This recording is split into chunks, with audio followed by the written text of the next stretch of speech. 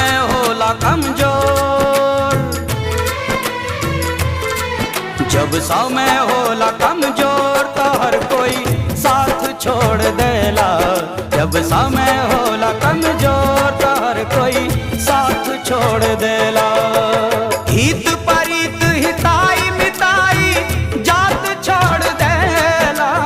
हित परित हिताई मिताई जात छोड़ देला। जब समय होला कमजोर,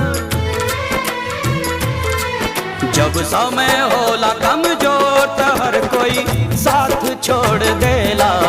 जब समय होला कमजोर तो हर कोई